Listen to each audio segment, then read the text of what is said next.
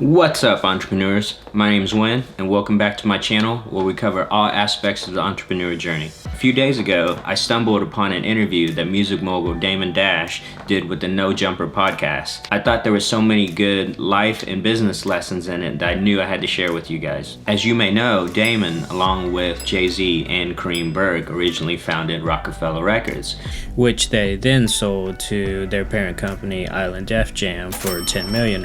But what makes them interesting is they each went on to form multiple $100 million companies afterwards.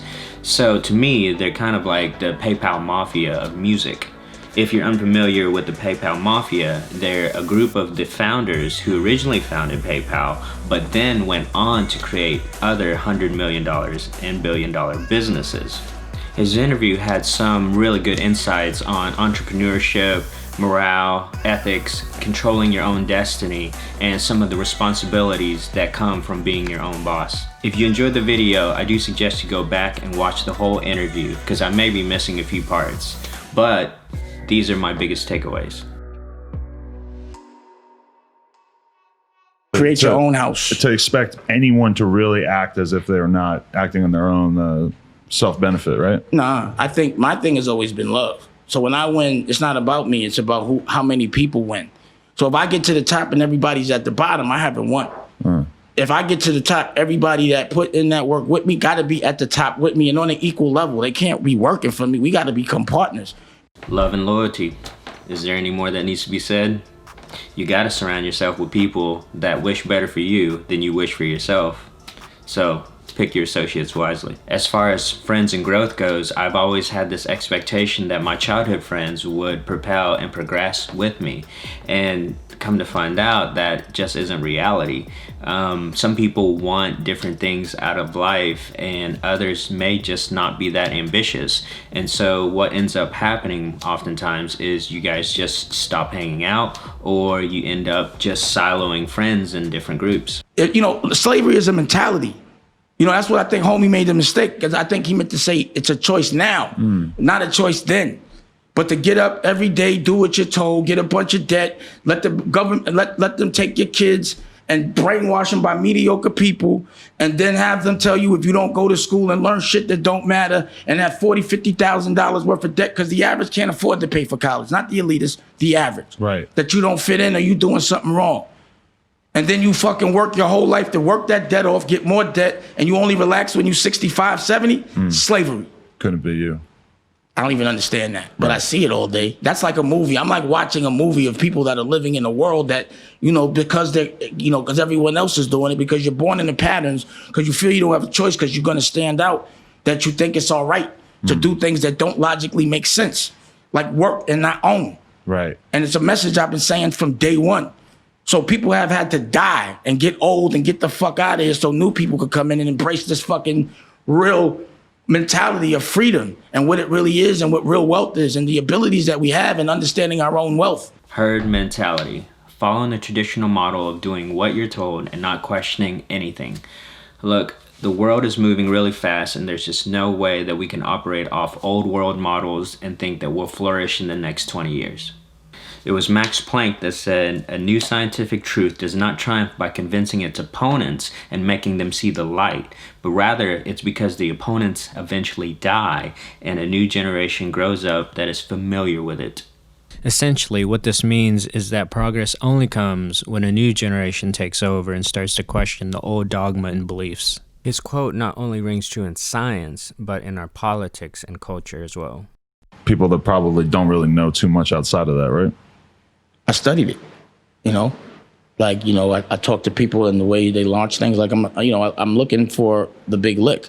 Like I can't make $1 billion selling a record. I can't make $1 billion selling a fucking clothing company unless everything goes really good and I have $1 billion, to fucking in credit, which I don't. So, the only thing that I saw that could make me $1 billion, because 40 I spend, 30 I spend, 8 I spend, and I always don't spend it on cars. I spend it on my dreams. I spend it on salaries. I spend it on, art and shit like that, living life. The only thing that could yield me that billion to me was to sell a network, or at least have a network that generates at least 100 million a year, and 10 times that is a billion, and that's how you develop what it's worth. I see a young generation of entrepreneurs out there who are easily enticed by cars, clothes, and jewelry. And what I didn't realize when I was their age is that stuff doesn't mean anything. The only thing that matters is your family, your accomplishments, and the legacy that you leave behind. So spend your money wisely. You gotta invest in yourself, your learning, and your own ventures. Like, people don't validate me to make me feel good. I validate me. And other people, different kinds of thinkers, think when another culture validates you, that makes you a big shot. That makes you a fucking embarrassment to me, because you kneeling to people that shouldn't be knelt to, and you delivering people that don't deserve it, and they're not yielding from it. External validation is stupid, but it's real, and it happens.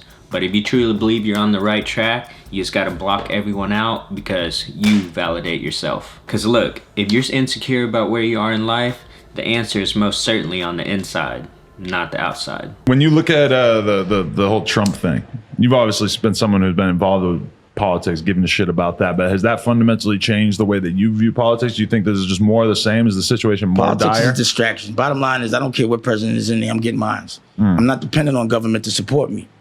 I got to pay my bills regardless because I make bread. But I'm in a business that's recession-proof. It's entertainment. So I'm all right with it. But I do think it's entertaining.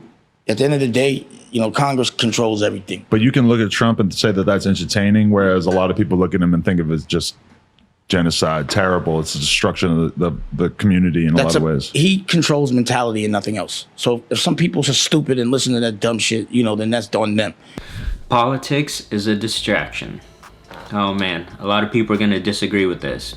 Look, government is important, but the important stuff is never going to be broadcasted on mainstream media. Essentially, the presidency is kind of a distraction, while Congress and lobbyists are doing the real deals under the table. Hey, just look at Citizens United. It pretty much allowed anyone with a bag of money to manipulate politics any way they like. Don't get me wrong, a presidential candidate can make a few changes, but for the 90% of us, it's not going to make a huge impact. What I want to know is, I don't care what you say. What you doing? Are you about that action, or are you about that talking? If you're about that talking, I don't understand you. You're not a boss. You're not a general. You're a soldier. No bueno. It starts to sound like Charlie Brown's fucking voice, his teacher. Want, want, want, want, want. If you're not talking, no, get out and not be a victim and go get it. If you're not, I'm not a person that gets abused. I'm a person I'm an abuser. You understand what I'm saying? Like, right. But for good. Like, it's not like I'm sitting around bullying. I'm not the toughest, but my brain is tough. My moves, my work is good. So I'm not worried about all that complaining.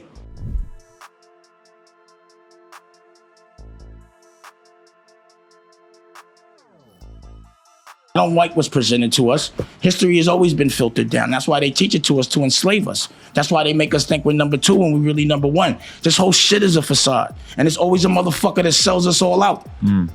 So that they can benefit and everybody else has to suffer. Good general knowledge.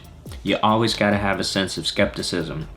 Interesting tidbit, when conquerors historically would take over new territories, the first thing they would do is burn the records and the library of that civilization, essentially deleting them from history.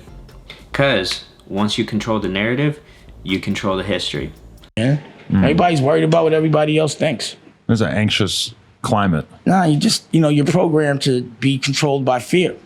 But what you fear is nothing. Like, you fearing what people think, that's a choice.